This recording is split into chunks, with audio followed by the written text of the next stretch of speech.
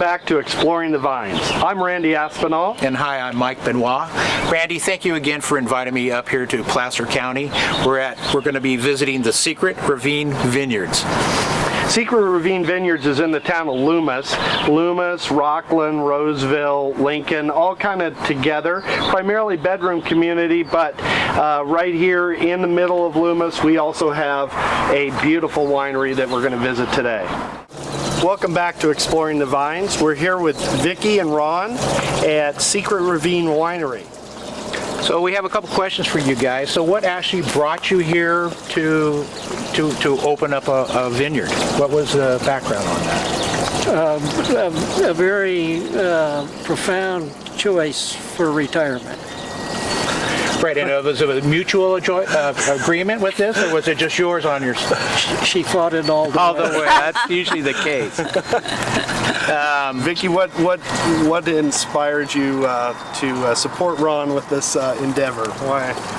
Well, we were retiring and we were in Southern California, wanted to move to Northern California, and we liked being out in the country. We've been in the country before in other states, mainly Texas, and so we looked for property where we could put in a vineyard and have some open space, and that's how I decided that this wasn't a bad idea.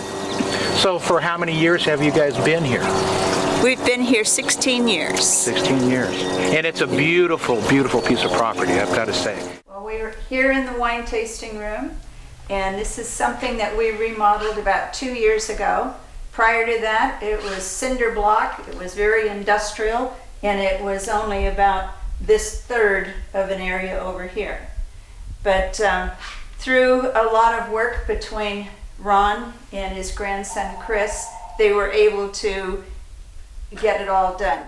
We can take care of about 15 people here at the counter, and Chris comes in to help, and so does Ron when I get sort of lost with that many people. But this is Chris, our grandson, who is the winemaker. So I'll let Chris tell you a little bit about the wine. Okay, so I'm Chris, the winemaker, she said. I moved up here back in about 2008 from Southern California to work for the summer and then go back home because I didn't really know what I wanted to do yet. I actually had a lot of things I wanted to do. I wanted to become a welding teacher at the high school where I went to school. Oh, really? So I came up to work for the summer, and the day I went to leave, she pressed a button on the gate and it shut, and she said I couldn't leave. Yeah, really? We have more work for you. But the Sierra College right here was a really good idea. You just go and do your AA work down there and still work here and have a job and do what you really like to do. And it took a little while, but after a couple of years I finally figured out that this is the vineyard and winemaking is really what I wanted to do. So I did, got an AA over at Sierra College and then went over to UC Davis for their extension winemaking certificate program and finished that up about 2 years ago. Very good. And just been here ever since. You guys want to taste some wine? Sure. Okay. So the first one we'll pour you is our 2012 Rattlesnake Red. Wow. And that's a Sangiovese Cabernet Sauvignon blend. We've been making a Rattlesnake Red since 2003, and all of the grapes for this particular bottle of wine comes from a vineyard that is on the other side of the town of Loomis. We have 4.6 acres here, but we also have 6 other pieces of property that ultimately brings up our acreage to 15 acres. So we are able to do a lot of different varietals because of that. And you're just about 28 miles outside of Sacramento, is that correct? Yes. Okay. Yeah. Placer County. Yeah. Placer County. Yeah. Okay. Just a short hop off I-80 and you're right here. Yeah, it was a very smooth and easy drive, that's Yes, for it sure. was. Wasn't. So Rattlesnake Red, we would purchase the grapes, the Sangiovese, off of Rattlesnake Bar Road up until 2004, 2004, 5, and then we started to grow our own Sangiovese, and we wanted to keep the term. And one morning, Vicky, Grandma went outside and to throw some trash away, and there's a rattlesnake right next to the trash. Really can. perfect Yeah. timing, huh? So is this a wine that you've worked with your grandpa to develop, or as far as it? He developed it, and over the years we've done, so 2006 we did it with Sangiovese. It always is about 80-85% Sangiovese, and 2006 we did it with Merlot, and then in 2008 we did it with Syrah, but all the other years we've done it with Cabernet Sauvignon, and that seems to have worked the best for us. And who did the artwork on the labels? Because it's obviously That very was that was something that Ron did very early on.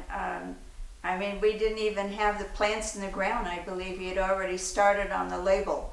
Very nice. They did mine or pan for gold down in Secret Ravine Creek, and out here on Barton Road, which is adjacent to the vineyard, that used to be a stagecoach line. Oh, really? Yeah. So there's a lot of history that goes back not only to the miners, but even before that. So this one we're in the foothills, and the foothills everybody thinks of Sierra foothills, they think Zinfandel. Correct. So we planted a lot of Zinfandel and decided, oh, maybe we have a little too much back in 2009, and we grafted over about 1.5 acres of Zinfandel to Montepulciano, which is an Italian varietal, similar to Sangiovese, just a little more body, a little more fruit to it. It's grown in the central southern region of Italy, and there's only 92 acres planted in the state of California. Wow. So we do 1% of that. And for a small place like us, that's 1%. It seems pretty big. Yeah, it is big. Wow. Look at the color of that. Thank you. And these have all, even the Montepulciano has won some awards recently, so we're pleased with that. People aren't aware of it, and so they want to try something new, and we're enjoying introducing it to people. Very nice. It's very nice. So, what percentage of Zinfandel then is this? There's no Zinfandel in No it. Zin. It's No just Zin. purely It's the- just 100% Montepulciano. We grafted over Montepulciano. Zinfandel too. And if you say it with your hands, you sound a lot better. Like Montepulciano. Montepulciano. Montepulciano.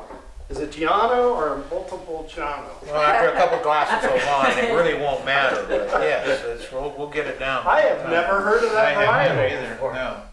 So I want to show you guys back on into the winery. This is our production facility back here. When we harvest the grapes, we have all the family together. So we have our aunt and uncle.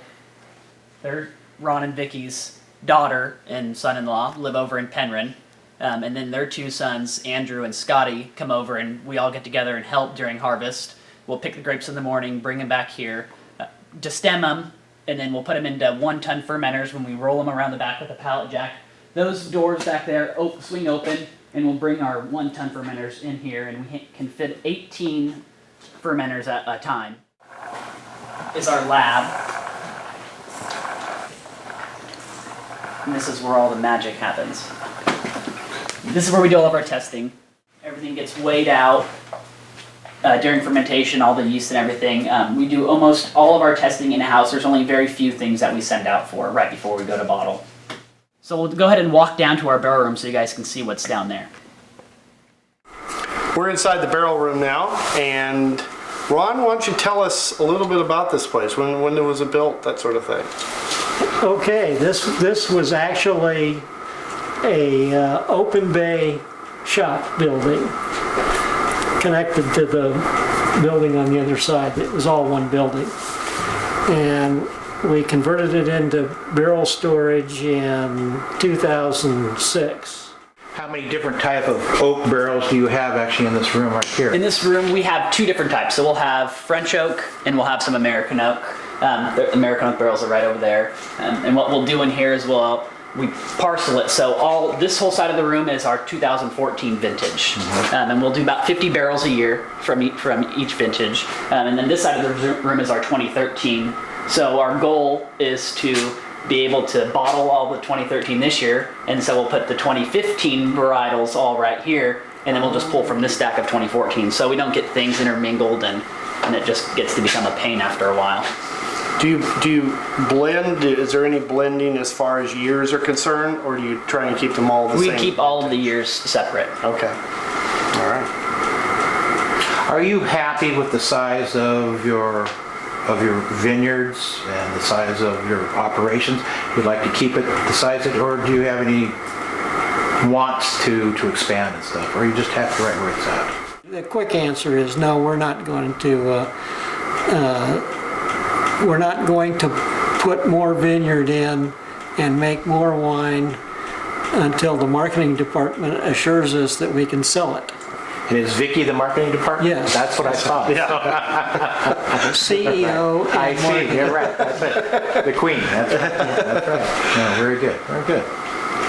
Well, it's been a pleasure to be with you guys today. We really have enjoyed ourselves. It's been just a delight to see such a wonderful family operation that's actually grown into quite a big operation. I know you don't want to get any bigger, but I think it's terrific that the way it's done and that all that you've produced and every little detail that you guys have worked out, from the labels down to the barrels and the vineyards themselves and how beautiful they're laid out. And the whole tasting room was great too, I thought. Very nice. Thank you for your hospitality. Thank you very Best much, of luck guys. to you. Oh, yeah. Thank you, Yeah, Jim, for thank you. opening your house to us in the Thank vineyard. you. Thank you very much. Thank you. Take care. Oh, yes.